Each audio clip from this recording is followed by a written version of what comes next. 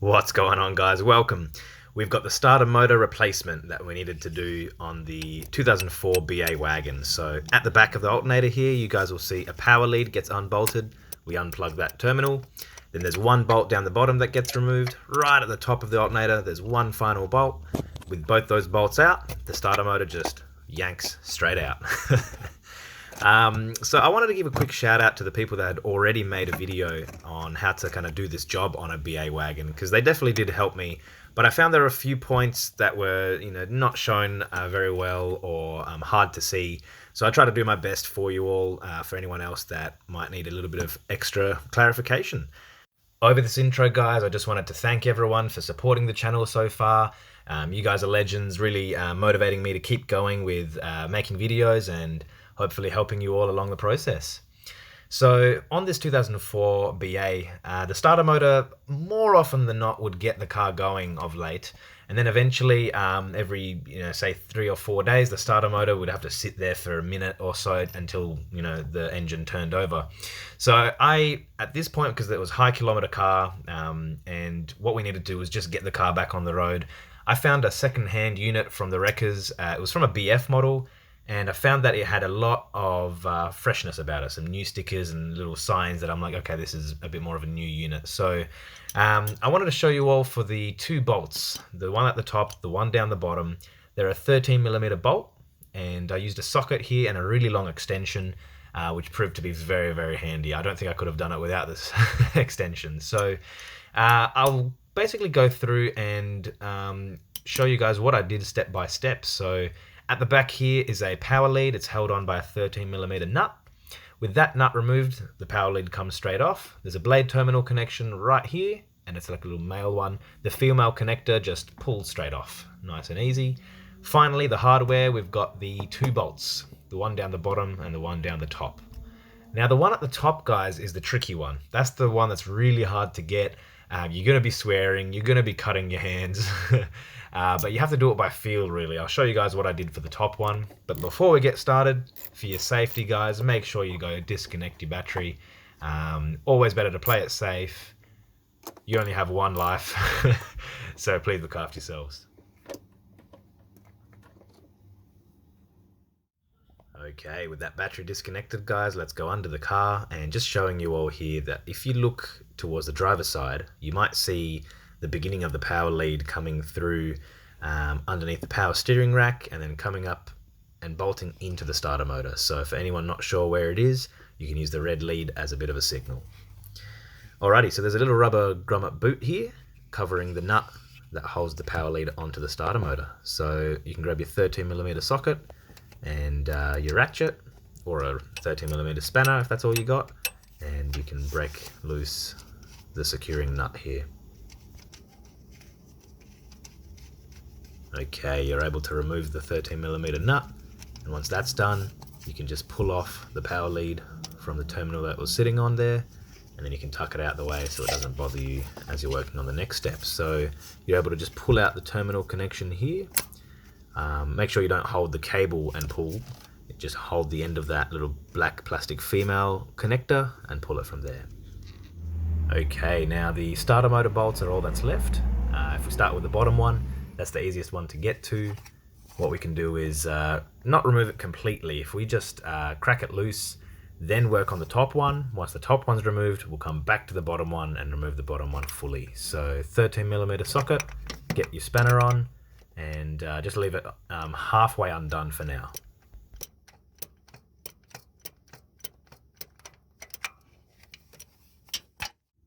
Excellent. With that bottom one halfway undone, now we can take our attention to the top one. Now, the top one is the one it's really hard to get to. You can't really see it. I found my long extension really helped in actually getting to the bolt, not only breaking it loose, but also undoing it. So having to do it by feel, fishing it on with one hand. I'll show you all what I did. So initially I used this one up from behind the power steering rack, over the cross member, the chassis rail there, and then sliding it behind the starter motor. Getting it a little bit closer up, I wanted to show you all that I'm holding this long extension all the way at the other end and feeding this behind the starter motor and finally managed to get it on place. So just to show you all the human pretzel that you have to do here.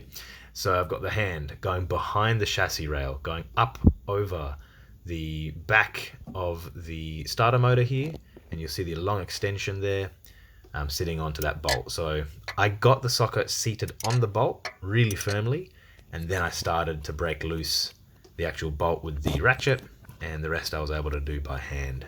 This took me about probably half an hour just in itself, but we managed to actually get there a lot quicker the second time I did this. So first time was at the wreckers, second time was here this evening. So now that we've removed our top bolt, you can remove it completely.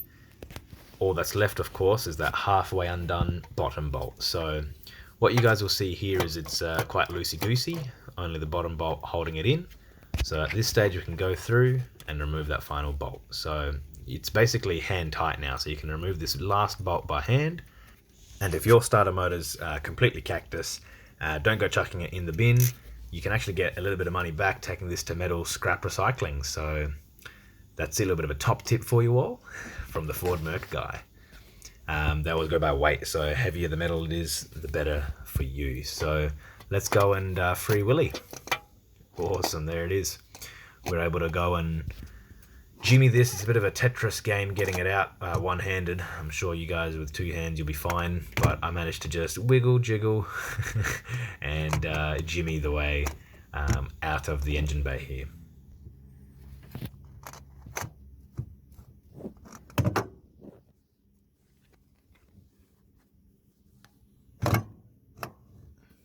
Now, I think part of the reason that I ended up going through and getting a second-hand unit for this car, as I mentioned earlier, it was not only because it had high kilometers, and as we know, these cars go forever. They rack up heaps and heaps of Ks really easily. This one was at 340,000 kilometers, so still heaps of life left on it's a dedicated e-gas engine. The BF one that I got from the wreckers, as we can see, so the one closest to us is the one from the BF model, and the one furthest away is the one that came out of the car. So we'll see there is a little bit of a difference in the bottom shaft of that starter motor, but I decided to take a bit of a chance and see how we go. What I managed to find was the price of the second-hand unit was a lot cheaper than going with brand new. Unfortunately for brand new it was horrendous, so I found the second-hand one. They give you 3 months warranty this is one of those self-serve you pull at yards. What I found was, yeah, if in case it was going to be cactus, be able to take it back and get another one. So there is that peace of mind aspect for 3 months. But alrighty. So for the installation, it's literally the opposite of how we took it all out. So we can just see me starting to insert it in place, very, very loosely, getting that top and bottom mounting holes located. And what you can do is if you get one bolt, and you're able to have a bit of a look through to see if there's complete light shining through, you're good to go. Make sure you're not going to cross thread your bolt. Make sure it can go in hand tight. So when you're inserting your bolt in for the first time, don't use your socket or any power tools.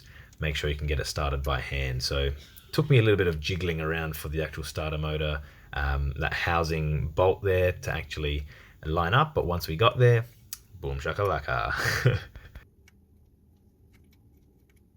Now, there's no need to go and fully tighten up this bottom bolt just yet. Let's move to the top. And this is the one, guys, that you don't have clear vision. It's hard to reach. Some people get to it from the top of the engine bay down.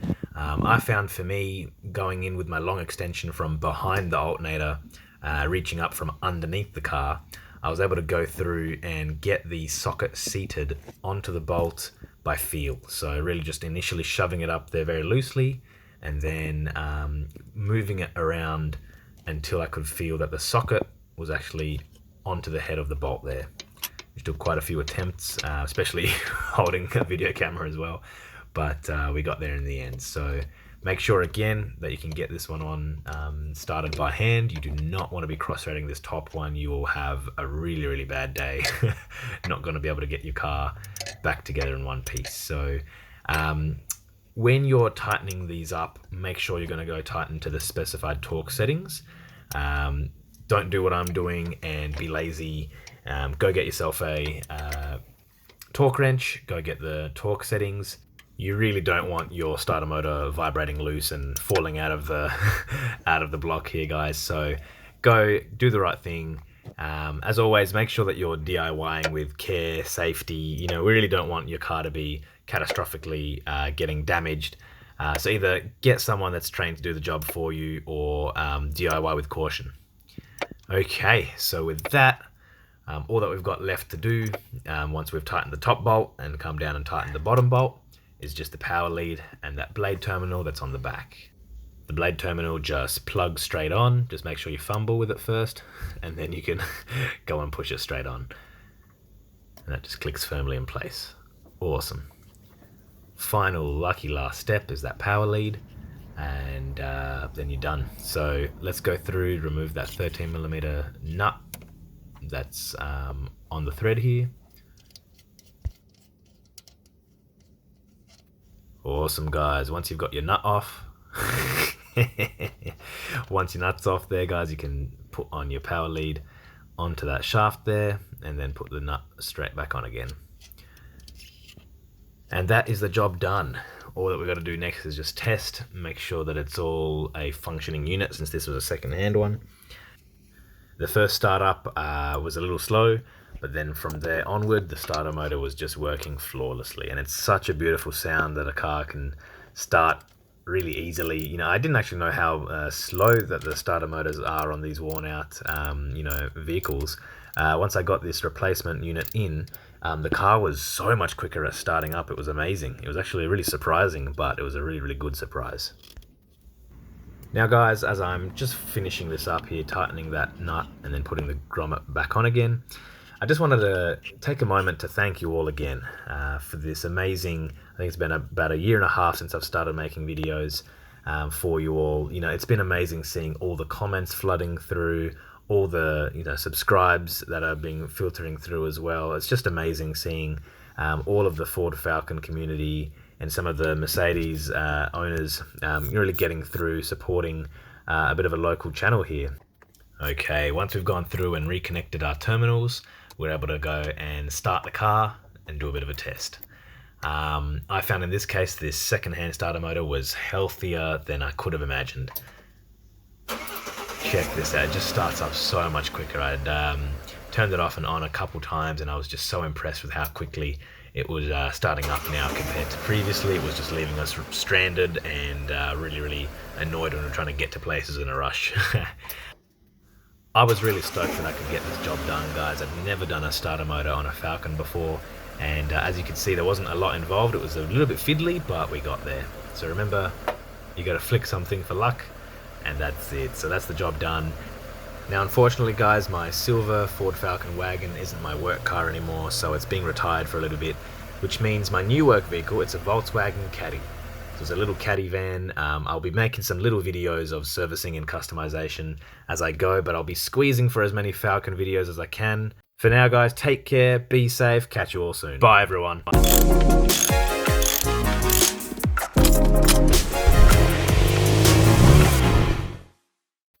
Is anyone still watching?